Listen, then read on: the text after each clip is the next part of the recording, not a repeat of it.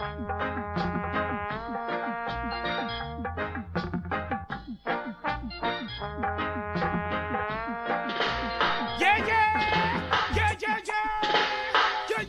world, it's yours truly G. Cole, Homegrown with G. Cole.